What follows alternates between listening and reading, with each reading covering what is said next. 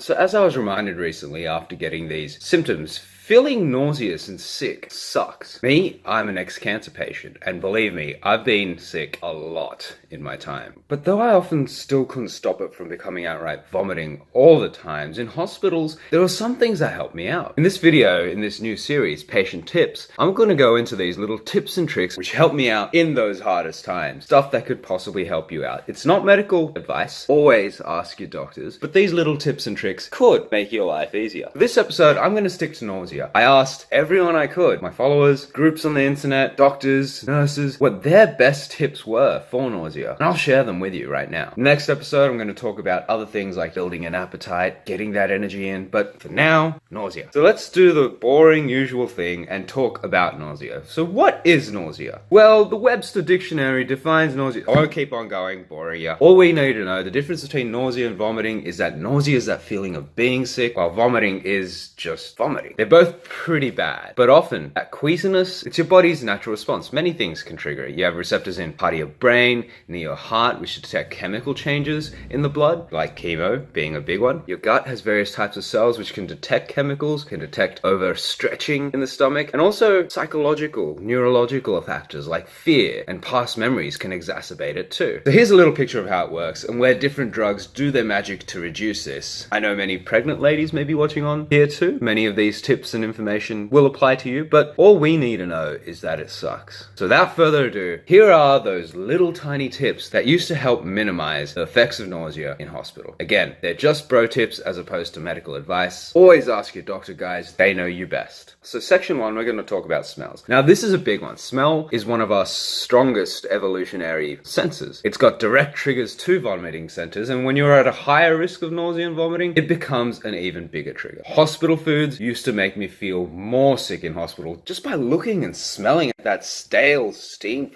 fish every day.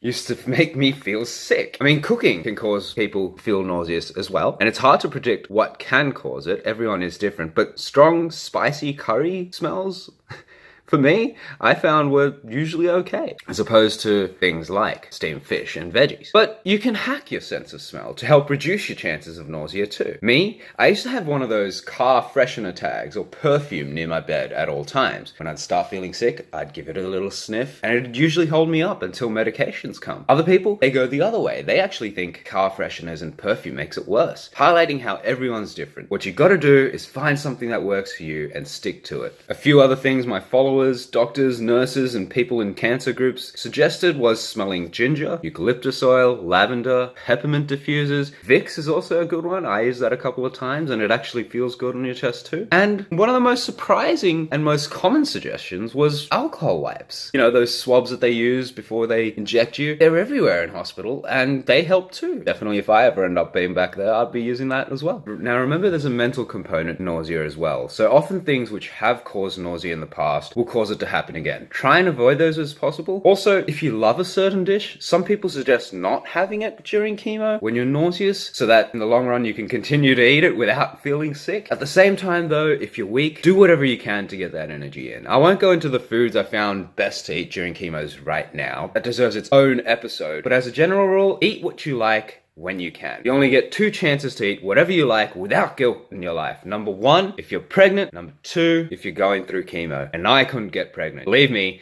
I abused the hell out of that privilege. So, section 2.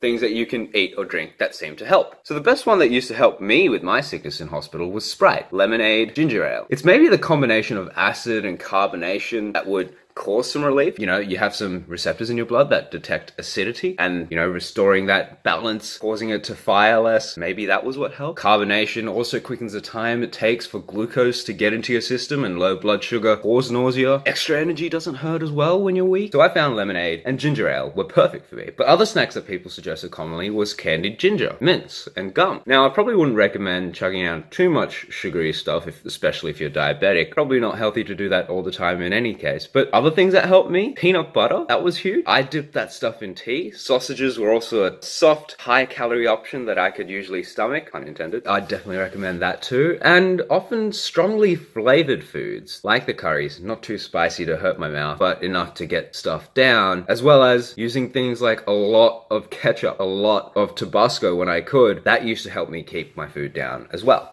So, number 3, eating habits. Now, again, I won't go into the foods that I used to eat during chemo, whole other episode, but eating habits can make a huge impact on nausea as well. People, and I myself, swear by eating small portion meals when in chemo. Distension or overstretching of your stomach can cause you to be nauseous. And when you're already predisposed to feeling sick, something else that myself and many others agree on is that you try and avoid feeling hungry. Hypoglycemia, lack of glucose for energy, can cause you to be nauseous, as can the buildup of acid in the stomach. But I mean, it just feels crap. It makes you feel more sick, ironically. I don't know the scientific reason behind why, but drinking water for me on an empty stomach made me feel really sick as well. And apparently, it's not just me too. But that isn't to say you shouldn't drink water, especially if you're vomiting. You need to avoid dehydration. I know it's easier said than done, but it's also good to avoid hunger too. A perfect combination that can fix this though, ask for a dietitian. When I did, they hooked me up with things like chocolate milk and energy supplement drinks that would be decently filling. It came packed with nutrients and wouldn't make me feel like vomiting as well. They were pretty tasty too. Get all the help you can while you can in this journey. Number 4, medications. Now again, I won't go into the actual medications, but different ones work on different pathways. Remember the ones that I showed you before in that picture? Well, here's a few drugs that work on each of these. And if you want to watch a video on it, I highly recommend this guy. He saved me so many times in med school. I love you. But in terms of medication habits, I have a few suggestions. Now, this one also came up a lot from all the people I asked. Make sure you take anti-nausea medication before nausea-triggering events and before meals. Often your team will make sure you get those meds before chemo infusions and meals anyway, but if they're not, or if you notice that nausea comes on at certain times, say when that food lady brings in that pile of garbage hospital food, ask your nurses. 9 times out of 10, they're happy to help. Asking for anti-nausea medication as soon as you start to feel sick, as opposed to once you already have been a few times, can also be good. It's much harder to stop once it gets going. See if you can get sublingual, under the tongue wafers. I mean, they absorb a lot faster and would stop me from feeling bad. In the meantime, as you're feeling sick, maybe those smells and a bit of distraction could help you out as well. That's while you wait for the medication to take effect. And when it comes to actual medications, finding something that works and sticking to it is extremely important. I went to a few different hospitals in my time, and doctors would often change up medications on me. You're more likely to prescribe what you've already prescribed before. I guess that's why. So I had an allergy to Maxilon, and on one occasion, I was put in a different ward, and I was accidentally given it. Nothing too dangerous happened, but I did feel horrible for a while. So make sure you remind people of these wherever possible and tell your doctors, hey, this has worked on me in the past. Can you please prescribe this instead? Again, 9 times out of 10, they'll be happy to. The one that always worked for me, on Donzatron wafers. If you find something that works, stick to it. Now, number 5, another tip, be prepared just in case. Carry around a vomit bag and take it easy on yourself when you know you're going to be ill as well. But hopefully you don't need to pull that thing out in public, but it also comes in handy when you need to smuggle alcohol into venues. I've been told. Play that cancer card while you can, guys. But finally, distracting yourself, sleeping, doing anything you can to avoid that feeling is also huge. I know it sucks right now, but remember, A, this is temporary. It will get better soon. And B, remember that they wouldn't be doing this to you if they didn't think it could help. After a while of being depressed, angry, and afraid of what had happened to me, when I decided to take a step back and look at what had happened to me objectively, as if it had happened to someone else, I realized that all those crappy feelings and emotions, they were coming from me. And from that step back, it wasn't bravery. It didn't take courage or willpower. It only made sense to focus on the things that I could control rather than all those things that I couldn't. Putting my head down and allowing myself to be human while I was suffering and reminding myself what all of this was for, it gave me that spark of hope that helped me during those darkest days as well. I wish I could be there with you in these trying times, but I hope my words help. Now, the rest of this, I'll leave this up to you. What are your best tips for chemo patients in general? Comment them below. You never know who you could help. And always feel free to reach out. I'll put my details up somewhere. Now, my name's Nikhil. This is episode 2 of Patient Tips. Episode 1, I actually talked about a pretty cool website you can go to called clinicaltrials.gov, where you can find every single trial there is going on around the world, very least in America, all in one place. It's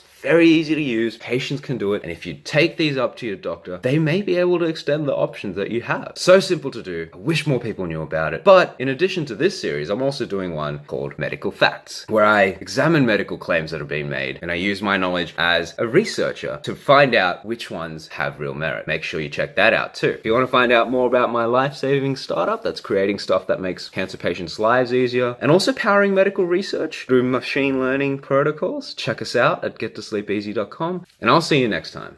Thanks.